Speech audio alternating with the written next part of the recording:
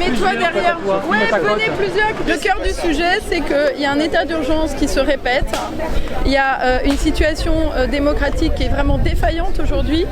Et nous ne sommes pas d'accord sur la gestion de cette crise de façon totalement opaque dans un conseil de guerre, sans que le Parlement, sans qu'il y ait aucun contre-pouvoir qui permette une transparence dans la prise de décision. On ne sait pas comment sont prises les décisions dans le conseil de guerre, on ne sait pas comment fonctionne le conseil aussi sanitaire scientifique.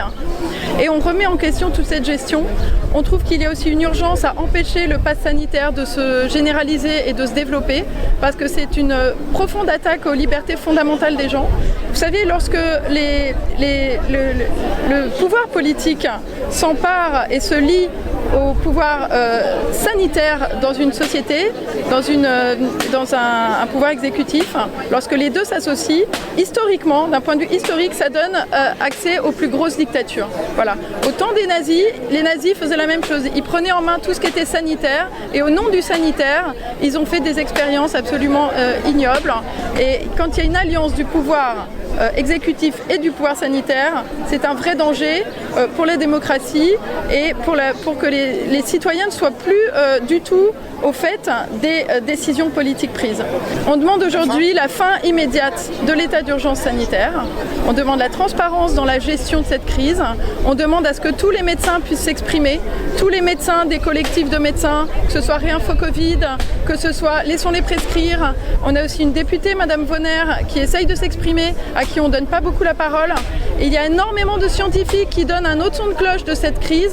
On voit aujourd'hui, vous voyez, les théories qui étaient pseudo-complotistes, qu'on accusait d'être complotistes sur l'origine du virus qui serait potentiellement parti d'un laboratoire. C'est une théorie qui est tout à fait plausible, qui avait été écartée, complètement décrédibilisée par les médias et par le pouvoir en disant mais non, c'est absolument pas ça. Aujourd'hui, on se rend compte, et il y a des scientifiques, une cinquantaine de scientifiques qui ont fait une tribune pour dire non.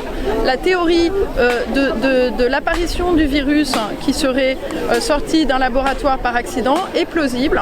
Voilà. Donc il y a tout un tas de questions autour de cette crise qui sont légitimes d'être posées en tant que citoyens. Et nous, c'est ce qu'on fait ici. Et je tiens à dire que nous sommes un collectif de citoyens totalement apartisans. On est en lien absolument avec aucun parti politique. On n'est absolument pas d'extrême droite. Moi, je suis plutôt même très à gauche. Et j'estime qu'en tant que citoyen, on a le droit d'avoir des réponses. Et il y a beaucoup de choses qui ne sont pas assez relayées, qui ne sont pas assez mises en lumière par les masses médias. Voilà. Donc notamment, voilà, tout ce qui est autour des traitements qui existent. Il y a des traitements contre le coronavirus qui sont utilisés dans d'autres pays et qui ont fait leurs preuves, qui démontrent qu'il y a une baisse de la mortalité de 70 à 75% quand ces traitements sont utilisés. Il y a l'ivermectine, il y a l'hydroxychloroquine avec l'azithromycine, il y a également des recherches autour de l'artémisia. Il y a des choses à faire. Pourquoi le gouvernement a écarté de fait d'emblée avec le conseil scientifique tous ces traitements alternatifs qui pourtant démontrent qu'ils peuvent avoir un effet très positif pour lutter contre le coronavirus? Pourquoi ces traitements-là ont-ils été diabolisés? Nous, c'est la question qu'on pose aujourd'hui. Pourquoi le gouvernement a déclaré qu'on était en guerre? On n'est pas en guerre contre un virus. Un virus, c'est un phénomène naturel. On n'a pas à être en guerre. On n'a pas à être en guerre. Donc voilà, vous voyez, il y a le docteur Agré qui est à côté de moi, qui est un médecin, qui est urgentiste, voilà, qui vient là pour être pacifique. On est des personnes en fait sensées, on n'est pas du tout... on veut nous faire passer pour des complotistes. Moi je trouve que c'est affligeant que dans une démocratie on ne puisse pas débattre, on ne puisse pas poser des questions sans être calomnié, parce que c'est de la calomnie de traiter les gens comme nous de complotistes. C'est inacceptable. Avec le pass sanitaire, on est en train de nous rendre moins libres qu'avant et moins égaux qu'avant. Parce que ceux qui auront le pass, ceux qui auront décidé de se faire vacciner ou de se faire tester, ils pourront aller pour l'instant dans les stades et compagnie, mais il n'y a rien qui montre ou qui prouve, vu les mensonges qu'on a ambiants, que ça ne va pas se réduire la jauge au lieu de 1000 à 500 ou à 10 personnes ou dans les cafés et les restaurants, de partout. Contre le pass sanitaire. Droit constitutionnel respecté. défendons nos libertés et nos droits constitutionnels. C'est la Constitution de France qui est en cause. On sait aujourd'hui, après un an de recul, que le confinement n'est pas efficace, que les pays qui ont confiné le plus sont ceux qui ont les moins bons résultats et que par contre, on laisse de côté des traitements qui sont peu chers, qui sont efficaces quand ils sont prescrits de façon précoce. Et ça, c'est absolument pas normal parce que c'est des vies humaines qui sont en cause. Ça évite les réanimations, ça évite les hôpitaux d'être engorgés. C'est sûr que si on fait baisser la charge virale au début de la maladie, on va avoir des gens qui vont guérir, on va avoir des réanimations moins saturées. Donc c'est absolument pas normal que ces traitements soient diabolisés alors que c'est un outil très très utile. Et on voit dans tous les États qui l'ont utilisé, je pense notamment... Que le vaccin, quoi. Voilà, c'est un problème de méthode. Problème de méthode, problème de démocratie, problème d'efficacité et finalement problème de liberté et, voilà, et problème économique parce que le confinement ça va faire plus de morts et plus de faillites peut-être que le coronavirus lui-même. Passe à la voisine. Bonjour.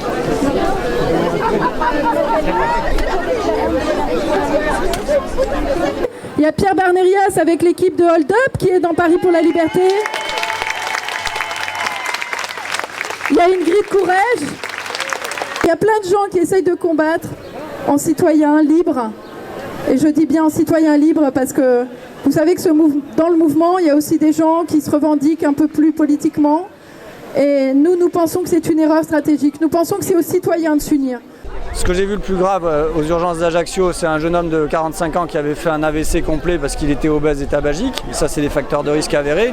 Et après, j'ai vu des personnes âgées, en fin de vie, plus ou moins démentes ou grabataires, avec des polypathologies qui notamment, sans doute avec le coronavirus, puisque déjà au mois d'avril, il n'y avait pas encore tous les tests adéquats pour authentifier que c'était bien ça, qui ont fait des pneumopathies, ils sont aggravés, on leur a mis des antibiotiques et les personnes âgées qui ont des comorbidités, en général on ne les met pas en réanimation et s'ils ne passent pas le cap de l'antibiothérapie avec de l'oxygène, eh bien on les accompagne vers la fin de vie, vers le décès. Ça c'est la vie normale et c'est ce que moi j'ai vécu depuis 15 ans dans la médecine d'urgence. Après au mois de mai, un soir ça m'a pris, j'ai écrit un texte qui fait 3-4 pages qui s'appelle Au nom de la peur. Et j'ai partagé ça sur un site. L'administrateur m'a demandé de le mettre sur son site. Et ça a eu beaucoup d'écho. Ça a eu un peu plus de 1000 partages alors que c'était quelque chose que je n'avais pas du tout l'habitude. Et j'ai eu des témoignages très très forts des gens, y compris de Belgique, de Canada, d'Indonésie qui m'ont demandé de traduire la lettre.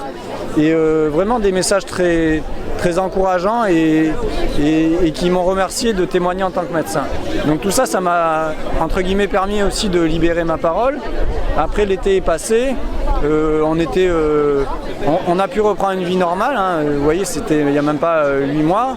On a vécu l'été plutôt normalement. Et puis là, le 15 août, d'un seul coup, moi j'étais à la plage et on a vu de partout, du jour au lendemain, des panneaux s'afficher dans les rues disant masque obligatoire.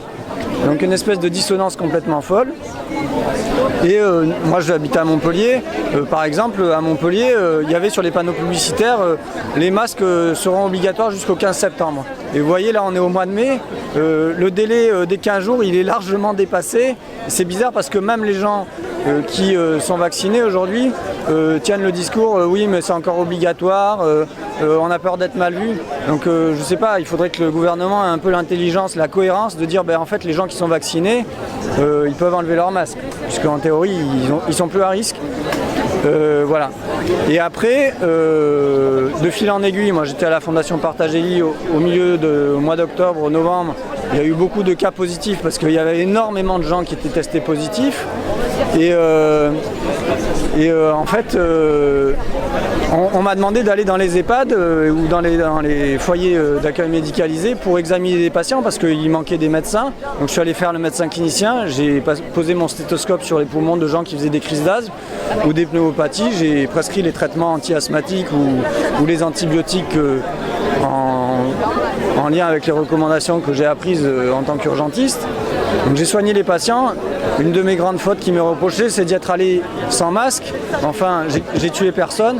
Et je pense que j'ai rendu service à bon nombre de patients et aussi de soignants et aussi à ma fondation qui avait fait appel à moi en tant que médecin clinicien. Et puis en fait, fin novembre, à la fondation, avec mes collègues informaticiens, ils m'ont sorti les données comparatives 2019-2020 de mortalité. Et ce que j'ai vu, c'est qu'en fait, c'était les 90-95 ans qui mouraient le plus en 2019 et aussi en 2020. Et les classes d'âge plus jeunes, les 75, 80, 85 ans, elles n'ont pas eu d'augmentation en pourcentage de mortalité par rapport à 2019. C'était très rassurant. Et ce qu'il faut comprendre aussi, là BFM ils interviewaient pour demander, le gouvernement entre guillemets nous ment parce qu'il n'y a pas de transparence. Et quand vous regardez sur les chiffres de Santé publique France de mortalité sur le Covid, par exemple, il n'y a aucun affichage du pourcentage de décès après 75 ans. C'est une espèce de gros fourre-tout où il y a écrit 75 ans et plus sur tous les rapports de Santé publique France depuis un an. Et moi je dis, il est grand temps que Santé publique France, par exemple, nous sorte les données de mortalité du Covid avec des classes d'âge, un bel histogramme de classes d'âge tous les 5 ans. Comme ça, on aura une vraie transparence. Et quand on voit la mortalité qui augmente en fonction de l'âge, c'est-à-dire que la mortalité est corrélée à l'âge de la même manière en 2019 ou en 2020, mais ça veut dire que le coronavirus n'a pas influé sur la mortalité corrélée à l'âge et donc que c'est la nature. Donc ça, si Santé publique France peut nous sortir ces chiffres-là demain, on aura une vraie transparence et on n'aura pas l'impression qu'ils nous manipulent, clairement. Et moi, quand j'ai vu ces chiffres-là, je suis allé voir mon directeur le 2 décembre à la Fondation Partage et Vie. Et je lui ai demandé qu'on publie les données à travers notre institution, puisque c'est une institution d'intérêt public, et que aussi on associe les autres groupes d'EHPAD pour avoir une base de données plus importante, puisque comme je vous ai dit, on n'avait que 1% du parc des EHPAD, et qu'on puisse associer les autres gros groupes, Corian, Orpea, Domusvie, pour avoir au moins 10-20% des données.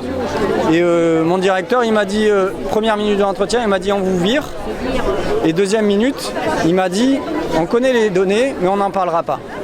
Donc si vous voulez, il m'a laissé venir à lui, alors que moi, ma demande d'entretien, c'était pour discuter des chiffres.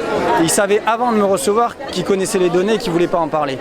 Donc si vous voulez, là, tout de suite, ça a fait tilt. Je me suis dit, c'est pas OK ce qui se passe. J'ai pris mon téléphone, un jour, j'ai appelé Didier Armingo, qui est le directeur médical de la fondation Corian Europe, et qui m'a dit au téléphone, il m'a dit oui effectivement on a des chiffres rassurants mais on ne peut pas en parler. Il m'a dit on a les mêmes chiffres. Donc après on verra si l'histoire me permet de vérifier ces choses-là, mais je pense que je suis dans le juste. Et ainsi de suite. Le 26 janvier j'ai écrit un courrier à M. Macron en lui disant qu'il était mal conseillé. La seule réponse que j'ai eue de Brice Blondel, c'était nos équipes sont déjà constituées, donc en gros restez sur le banc de touche. Et puis un jour, février, j'écris à Jérôme Salomon, directeur général de la santé, et je lui dis, voilà, je lui parle de tout ça, et il me dit c'est très intéressant, je transfère vos données au cabinet du ministre. Mais depuis, zéro réponse. Au mois d'avril, j'ai écrit à la commission des affaires sociales, entre guillemets grâce à M. Lassalle qui m'a permis d'avoir les coordonnées du mail de la commission des affaires sociales, et depuis chou blanc. J'ai dit à Jean Lassalle de demander l'application du principe de précaution à l'Assemblée nationale et surtout il n'en parle pas.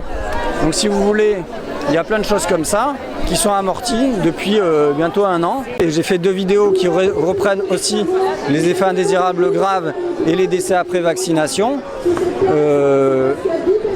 Qui sont issus des données publiques de l'Agence nationale de sécurité du médicament. Les effets indésirables quoi? Les effets indésirables graves, c'est quoi? C'est des AVC, c'est des infarctus, c'est des embolies pulmonaires, c'est des chocs anaphylactiques graves, c'est des syndromes de détresse respiratoire qui vous conduisent en réanimation, c'est des hépatites aiguës, probablement fulminantes, avec au moins un décès répertorié. Donc il y a des effets indésirables très très graves qui, à mon sens, je les qualifie comme tels de mise en danger de la vie d'autrui. C'est du pénal. Et de fil en aiguille, j'avance. L'audience à travers les réseaux sociaux est énorme, vraiment énorme. Et demain, il faudra qu'ils aient au moins le courage de reconnaître leurs erreurs, même si Emmanuel Macron a dit publiquement qu'il ne ferait jamais de mea culpa. Je pense qu'à un moment, le peuple et l'engouement des gens à la compréhension l'obligera à parler. Et le dernier rapport que j'ai parlé, c'est que sur les effets indésirables graves, il y a un rapport sur les femmes enceintes qui est sorti la semaine dernière. Et par exemple, Pfizer, sur 28 femmes vaccinées, il y a eu 14 fausses couches spontanées. Ça veut dire que sur une femme sur 2 vaccinée, elle fait une fausse couche spontanée, premier trimestre. Et puis avec, je crois que c'est Astra, il y a un enfant à 6 mois de grossesse qui a dû être sorti de manière urgente parce qu'il y avait une thrombose du cordon ombilical parce qu'il a fait des troubles du rythme cardiaque fœtal. Il devait être monitoré au moment où ça s'est passé. Et il y a eu un mort-né à 8 mois de grossesse avec des thromboses multiples sur le placenta. Et il y a aussi une femme de 30 ans, après vaccination, qui a fait une embolie pulmonaire bilatérale. Donc si vous voulez, il y a énormément d'arguments qui s'accumulent depuis des mois, sans qu'il y ait la moindre application du principe de précaution.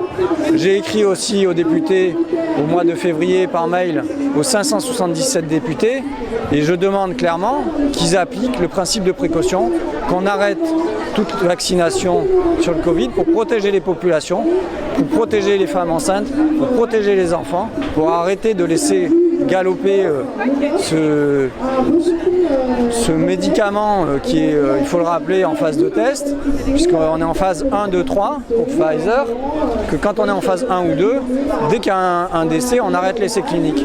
Et là, on est à 729 décès, toutes marques confondues, répertoriés. Voilà.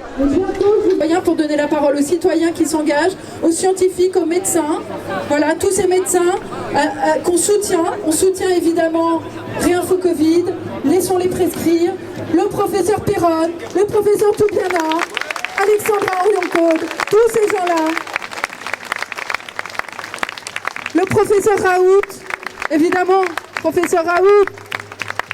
Et j'en oublie, il y a des tas de médecins qui essayent de dire autre chose que la propagande du gouvernement. Il y a des tas de médecins, des milliers de médecins en France qui essayent de s'exprimer. Et il faut que tout le monde le sache, ça. S'il y a des gens autour qui se demandent qu'est-ce qu'on fait dans cette manifestation, on est là pour dire la crise Covid, c'est pas une crise sanitaire, c'est une crise démocratique.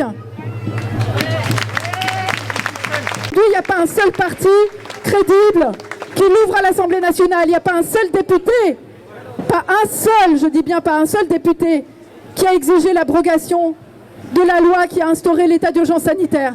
Pas un seul. Vonner n'a pas demandé l'abrogation, n'a jamais prononcé le mot d'abrogation, elle n'a jamais demandé. Martine Vonner, elle a fait une résolution qui a été suivie par 7 députés pour demander qu'on retourne dans le droit commun. C'est-à-dire que c'est un peu mi-figue, mi-raisin. Alors, je salue le courage de Martine Vonner, attention, je ne suis pas contre elle du tout, je sais qu'elle a une position qui est délicate, mais je pense qu'il aurait fallu faire plus fort.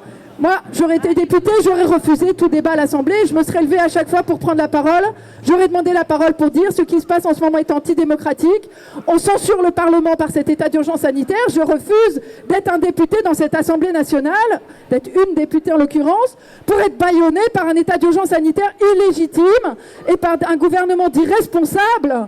C'est un gouvernement d'irresponsables, mais qui sont coupables. Et attention, il y a un discours qu'il faut absolument dire, c'est que ce gouvernement n'est pas un gouvernement d'incompétents. Ils savent très bien ce qu'ils font. Ils savent ce qu'ils font. Ils ont tout calculé. Voilà. Et qu'on laisse le libre choix aux gens de vivre sans masque, s'ils veulent vivre sans masque, de mettre un masque s'ils ont peur, s'ils pensent que les masques les protègent. Et il faut qu'on laisse le libre choix aux gens, réellement, de se faire vacciner ou pas, qu'on arrête ces pressions, que ceux qui ont peur, qui ont très peur de la maladie, qu'ils aillent se faire vacciner s'ils veulent, mais que la moindre des choses, c'est qu'on les informe de manière libre et éclairée. Et voilà. L'histoire qui fait qu'on en arrive là, c'est un état d'urgence. Moi, je pense qu'il était nécessaire. Je ne conteste pas qu'il y avait besoin, qu'on ne savait pas gérer la crise au départ. Mais ce que je conteste, c'est qu'il s'éternise. C'est que l'urgence ne devient plus une urgence quand ça s'inscrit dans la durée. Bah voilà, moi je suis étudiant, j'ai 23 ans. Ça fait 1 an qu'on vit ça.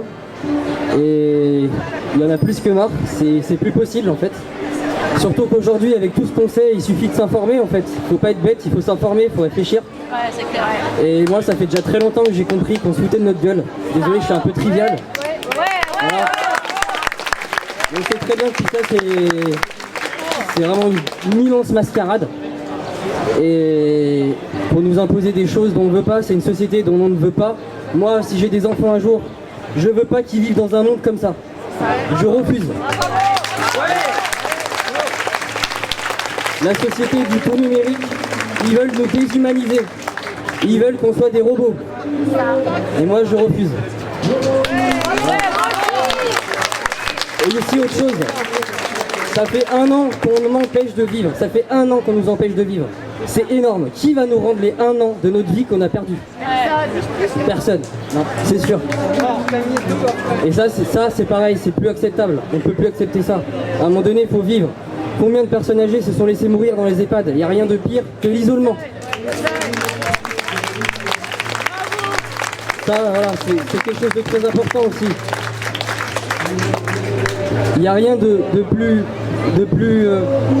beau que quand on se réunit tous ensemble, c'est là qu'on voit vraiment l'humanité, c'est là qu'on tombe pas malade. Qui tombe malade quand il vient ici? Personne. Voilà. Donc, mon message, il est très simple, il est très court. Il faut arrêter d'avoir peur, il faut vivre. Il faut tout simplement vivre, se protéger. Je n'ai jamais dit le contraire, il faut se protéger quand il y a une maladie qui circule, comme toutes les maladies depuis des millénaires. Voilà. Il y en a toujours eu des maladies. Et on n'a jamais fait un cirque pareil, jamais.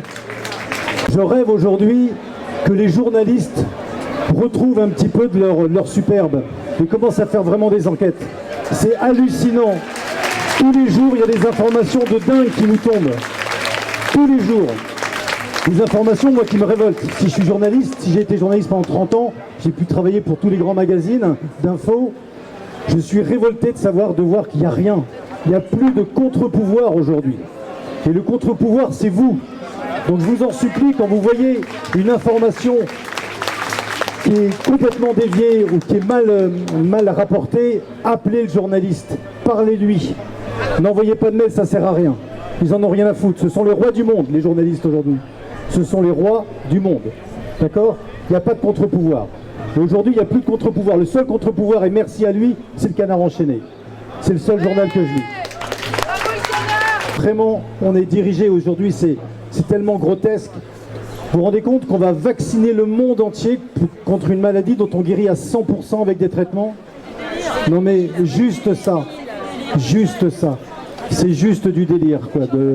Et encore une fois, il y a tellement d'informations. Je regardais hier le secrétaire général des Nations Unies qui nous dit ça y est, c'est une guerre, ça va être la guerre de la pire des toutes, et qu'il va falloir faire une économie de guerre. Quand on va découvrir les dégâts de ces injections qui sont juste des injections criminelles, quand on va découvrir les dégâts de toutes ces injections, il y aura des complices dans cette grande opération mondiale. Parce que sans la presse, on n'en serait pas là aujourd'hui.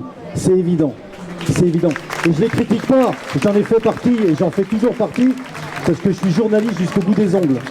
Par contre, là où je reste stupéfait, c'est que, à part un magazine d'envoyé spécial qui arrivait aux mêmes conclusions que les nôtres, à savoir que le virus avait été salement trafiqué en labo pour en faire un virus pandémique, parce que c'est ça. Qu'on fasse une enquête sur comment on va rembourser ces centaines de milliards qui ont acheté le silence de toutes les populations mondiales. Qui parle de ce qui se passe en Colombie aujourd'hui? En Colombie, qui a feu et à sang. Personne. C'est juste du délire. Et ce sont les pauvres aujourd'hui qui se révoltent parce que nous, notre silence, il a tous été acheté, quoi. Il a été acheté par des milliards et des milliards et des milliards. Qui va payer? Bravo Mario Chonk, bravo. Merci.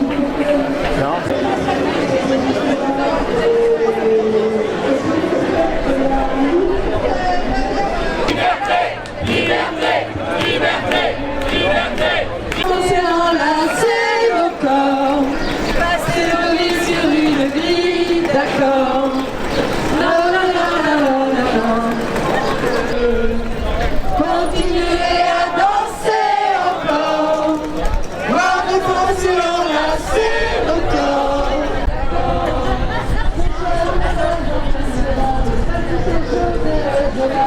Intelligence, ne soyons pas sans résistance. Massive, le coronavirus se soigne. Il y a des milliers de médecins qui disent qu'il y a des traitements qui marchent et qui existent et qui font baisser le taux de mortalité. Ne prenons pas la propagande. Liberté, liberté, liberté, liberté, liberté, liberté, liberté, liberté, liberté, liberté, liberté, liberté.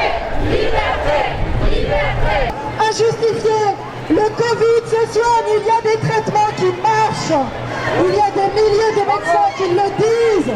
Liberté, liberté, liberté, liberté, liberté, liberté, liberté. De l'explication de vote. Chaque parti, quand le texte est retourné à l'Assemblée nationale, chaque parti a expliqué son vote. Et lors du